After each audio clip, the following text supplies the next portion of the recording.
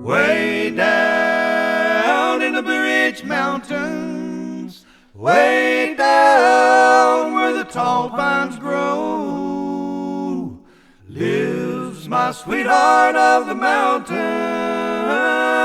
She's my little Georgia Rose.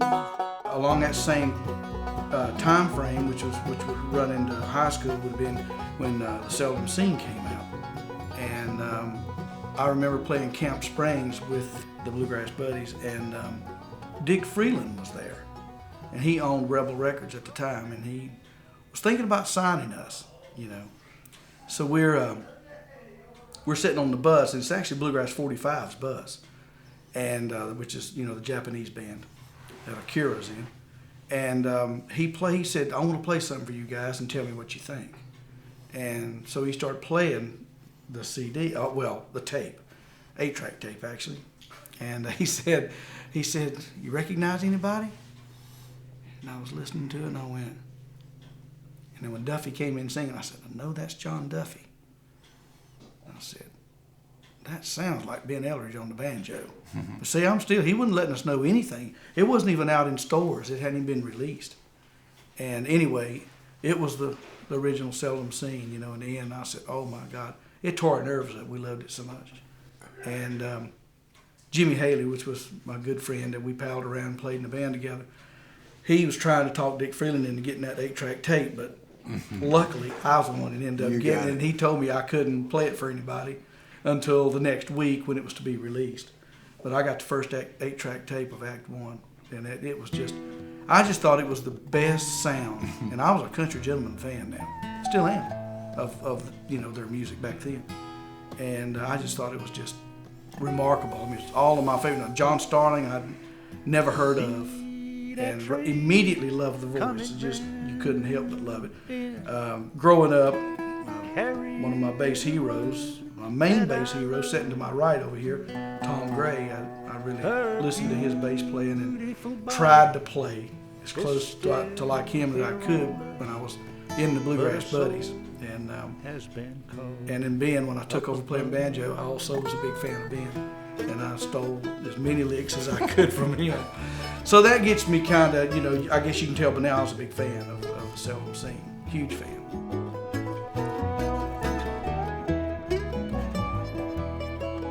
Her beautiful hair was the pure. And as time goes on, I get a call. We're playing around with the group, went from Bluegrass Buddies to Southbound. And then after Southbound, we got a call from Doyle Lawson. He was wanting to leave the Country Gentleman to start a band. So I ended up in 1979, April 1st, April Fool's Day, we formed Doyle Lawson and Quicksilver. And I stayed there about 4 years. And I was, you know, talking to Jerry Douglas. We were pretty good buds, and talking to him. So of course I knew Rickey Skaggs too. And we were just talking. I said, well, hey, you guys ought to hire me. And talking about the Whites. And next thing I know, I get a call, and it's from Rickey Skaggs, and he wanted me, you know, to join his band.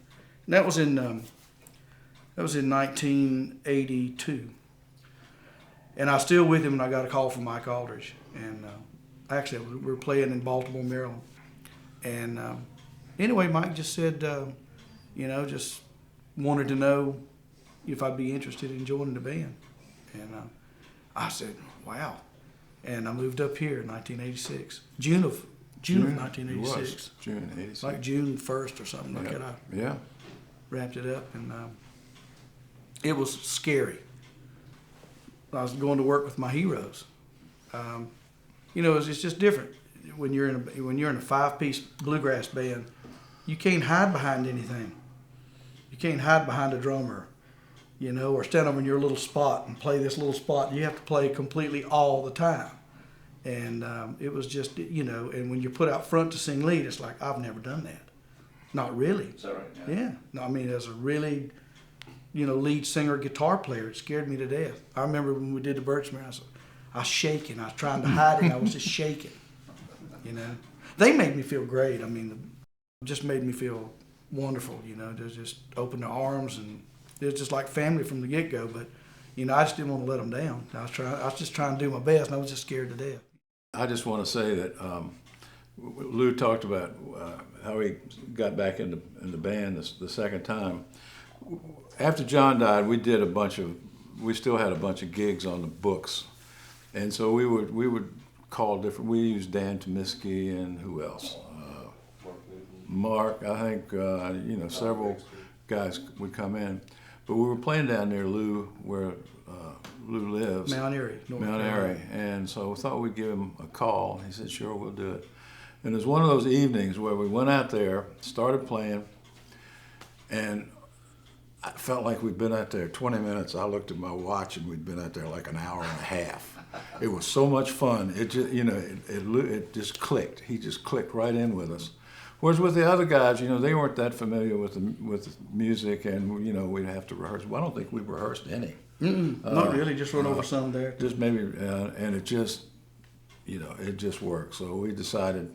We had a little meeting the next day, and we decided, okay, let's see if he'd be interested in coming back.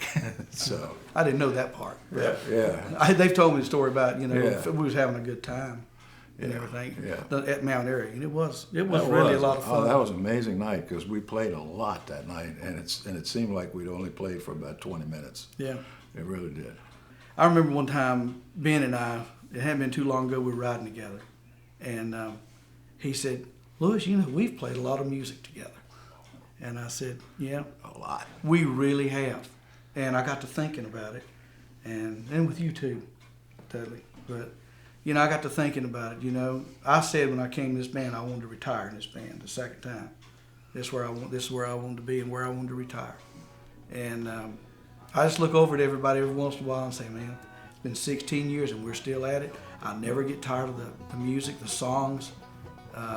And very grateful for the original band that formed this group to give America and then just people all over the world such good music that they did that really enticed me to want to take the job with them to begin with. We'd often sing love songs together.